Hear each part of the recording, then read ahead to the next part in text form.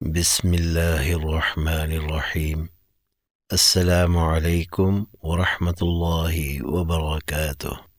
میرا بیٹا، غود کہہ لیں یا ضاد کہہ لیں، دونوں قراء حضرات کے نزدیک غود کا مخرج ایک ہی ہے، یعنی مخرج پر سبھی متفق ہیں، اور تجوید کی کتابوں میں جو اس کا مخرج بیان کیا جاتا ہے وہ 3 طریقوں سے بیان کیا جاتا ہے۔ ویسے تو اگر آپ تجوید کے حساب سے اس کے مخرج کو سمجھنے کی کوشش کریں گے تو ظاہر ہے، تو پھر یہ سلائیڈ آپ کے سامنے ہے۔ اس میں زبان کے کچھ حصے کر دیے گئے ہیں اور ان کے نام بھی مخصوص کر دیے گئے ہیں، اور اوپر کی ساری داڑھوں کے علیحدہ علیحدہ سے نام بھی آپ کے سامنے ہیں، جو شاید ہم جیسے لوگوں سے پڑھے بھی نہیں جاتے ہیں۔ اگر کچھ اعراب لگے ہوتے تو شاید ہم پڑھ ہی لیتے، تو بغیر اعراب کے تو غلطی کا ڈر تو ہے نا۔ لہذا ہم ان اصطلاحی ناموں کی بجائے عام فہم انداز میں اس کو بیان کر دیتے ہیں کہ تجوید کی کتابوں میں لکھا ہوا ہے کہ زبان کی لیفٹ سائڈ کا جو موٹا حصہ ہوتا ہے، اس کو اوپر اٹھاتے ہوئے لیفٹ سائڈ کی ساری داڑھوں کی جڑوں کے ساتھ لگاتے ہوئے اس کو ادا کیا جاتا ہے۔ یا دوسرا طریقہ کیا ہے، زبان کی رائٹ سائڈ کا جو موٹا حصہ ہے، اس کو اوپر اٹھاتے ہوئے رائٹ سائڈ کی جتنی بھی داڑھیں ہیں، یعنی 5 داڑھوں کی جڑوں کے ساتھ لگاتے ہوئے غود کو یا ضاد کو ادا کیا جاتا ہے۔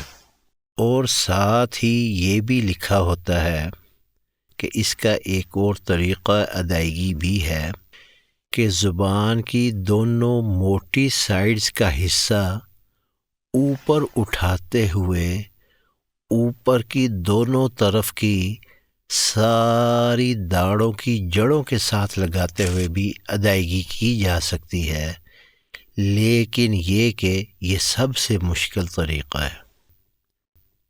تو میرا بیٹا، جب تجوید نئی نئی پڑھی تھی، یہ کتابیں پڑھی تھیں، تو ظاہر ہے انسان برین واش ہو جاتا ہے۔ تو ایک جگہ پر کلاس ہو رہی تھی، بڑے محنتی بھائی وہاں پہ اکٹھے ہوئے تھے، تو میں نے ان کو بتایا کہ بھائیو، اپنی زبان کے جو لیفٹ سائڈ کا موٹا حصہ ہے نا، اوپر لیفٹ سائڈ کی ساری داڑھوں کی جڑوں کے ساتھ لگاتے ہوئے ادا کر لو، یا یہ کہ زبان کا جو رائٹ سائڈ کا حصہ ہے نا موٹے والا، اس کو اٹھا کر اوپر کی ساری رائٹ سائڈ کی داڑھوں کی جڑوں کے ساتھ لگا لو۔ اور ساتھ یہ بھی میں نے کہا کہ بھائیو، دونوں اطراف لگانے کی کوشش نہ کرنا، یہ سب سے مشکل طریقہ ہے۔ خیر وہ محنتی بھائی چلے گئے۔ اگلے دن کلاس ہوئی، تو جب سننے سنانے کی باری آئی نا، تو میں نے دیکھا کہ کسی کا منہ جو ہے وہ لیفٹ سائڈ کو ٹیڑھا ہوا ہے، کسی کا رائٹ سائڈ کو ٹیڑھا ہو جاتا ہے۔ تو میں نے ان کو کہا، بھائیو یہ کون سا طریقہ ادائیگی ہے کہ ایسے لگتا ہے گویا کہ لقوہ اور فالج سا ہوا ہے؟ تو کہنے لگے، قاری صاحب ساری رات محنت کرتے کرتے مر گئے، بڑی مشکل سے غود نکالا ہے یا ضاد نکالا ہے، تو آپ کہہ رہے ہیں کہ ہمارے منہ ٹیڑھے ہو گئے ہیں۔ اچھا، کلاس میں نا ایک بڑا گلاس شیشہ بھی لگا ہوا تھا۔ جب میں نے اس کے سامنے ادائیگی کی نا، تو میرا منہ بھی لیفٹ سائڈ کو ٹیڑھا ہوا۔ تب مجھے سمجھ آئی کہ یہ سائنس ہی غلط ہے۔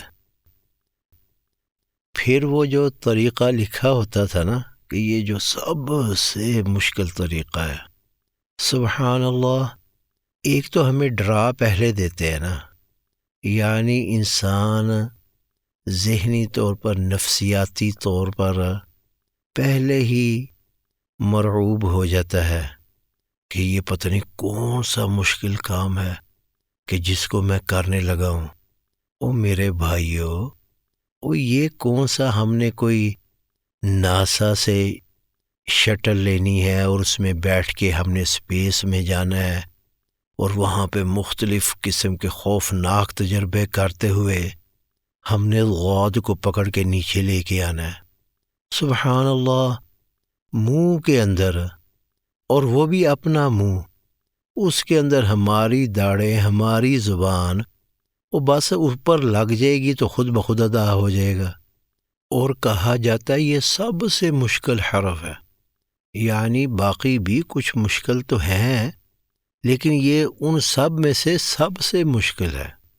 استغفر اللہ واتوب الیہ، یعنی اللہ سبحانہ و تعالی کا کلام ہے، آسان کر کے نازل کیا ہے، سمجھنا آسان ہے تو پڑھنا بھی آسان ہے، تو اس میں ایک حرف ایسا مشکل آ جائے تو ظاہر ہے پھر اٹکے گا انسان، پھر وہ ردم اور وہ فلو نہیں رہے گا، تو پھر یہ مشکل بن جائے گا۔ جب یہ مشکل بن گیا تو ظاہر ہے قرآن مجید اس کی نفی کر رہا ہے۔ اللہ سبحانہ و تعالی نے تو بہت آسان کر کے نازل کیا نا۔ اچھا، اب اس کا طریقہ ادائیگی کیا ہے جو سب سے آسان ہے؟ وہ یہ ہے جو میں بتایا کرتا ہوں کہ آپ نے نہ تو داڑھوں کے نام، نہ داڑھوں کی تعداد، نہ زبان کے حصے، نہ زبان کا موٹا حصہ، کچھ بھی نہیں سمجھنا۔ سمپل سا طریقہ ہے اس کا کہ زبان پیچھے اور اوپر لے جاتے ہوئے، زبان پیچھے اور اوپر لے جاتے ہوئے ساری داڑھوں کے ساتھ خود بخود لگ جاتی ہے۔ بھلا وہ کیسے؟ دیکھیے گا، زبان جب ہم منہ سے باہر نکالیں تو یہ اسٹریچ ہو کے کھینچ کر لمبی ہو جاتی ہے، اگر منہ میں ہو نارمل پڑی ہوئی ہے، اور اگر ہم اس کو پیچھے حلق کی طرف لے کے جائیں گے تو ظاہر ہے جب پیچھے جائے گی تو خود بخود چوڑی بھی ہوگی نا۔ بھئی جب نارمل ہے تو نارمل ہے، جب منہ سے باہر نکالیں گے تو لمبی ہوگی، اور جب پیچھے حلق کی طرف ہلکا سے لے کے جائیں گے تو خود بخود چوڑی ہو جائے گی۔ جب چوڑی ہوگی نا تو خود بخود ساری داڑھوں کے ساتھ لگ جائے گی، رائٹ اور لیفٹ کی ساری داڑھوں کے ساتھ لگ جائے گی۔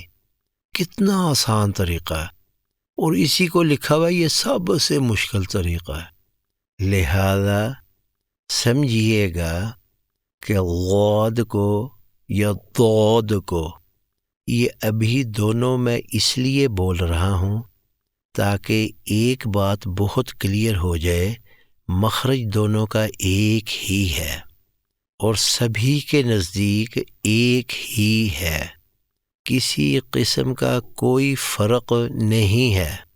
لہذا میرا بیٹا، سمپل طریقہ یہ ہوا کہ زبان جب تھوڑی سی پیچھے جائے گی نا، خود بخود چوڑی ہو جائے گی، اور زبان کا موٹا حصہ ہی اوپر کی ساری داڑھوں کے ساتھ لگنا شروع ہو جائے گا۔ تو سبحان اللہ، کتنا آسان ہوا، ذرا سا زبان پیچھے اور اوپر، ساتھ ہی خود بخود ساری داڑھوں کے ساتھ لگنا شروع ہو جائے گا، اور خود بخود ہی موٹا حصہ لگنا ہے، اور خود بخود ہی زبان نے چوڑا ہو کر ساری داڑھوں کے ساتھ لگ جانا ہے۔ تو یہ ہو گیا اس کا مخرج۔ اب آتے ہیں اس کی لازمی صفات کی طرف۔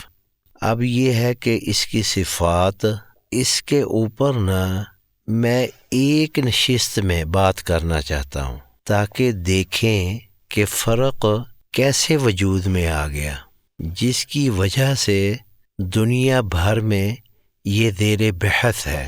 تو آج کی کلاس میں اتنا ہی کافی ہے، بقیہ صفات جو ہے نا وہ انشاءاللہ تعالی ہم کل کی کلاس میں پوری کی پوری کور کرنے کی کوشش کریں گے تاکہ بات پوری سمجھ آ جائے اور معاملہ خیر خیریت سے حل ہو جائے۔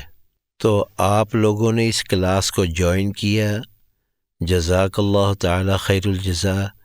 کل انشاءاللہ تعالی دوبارہ آپ سے ملاقات ہوگی۔ السلام علیکم ورحمۃ اللہ وبرکاتہ۔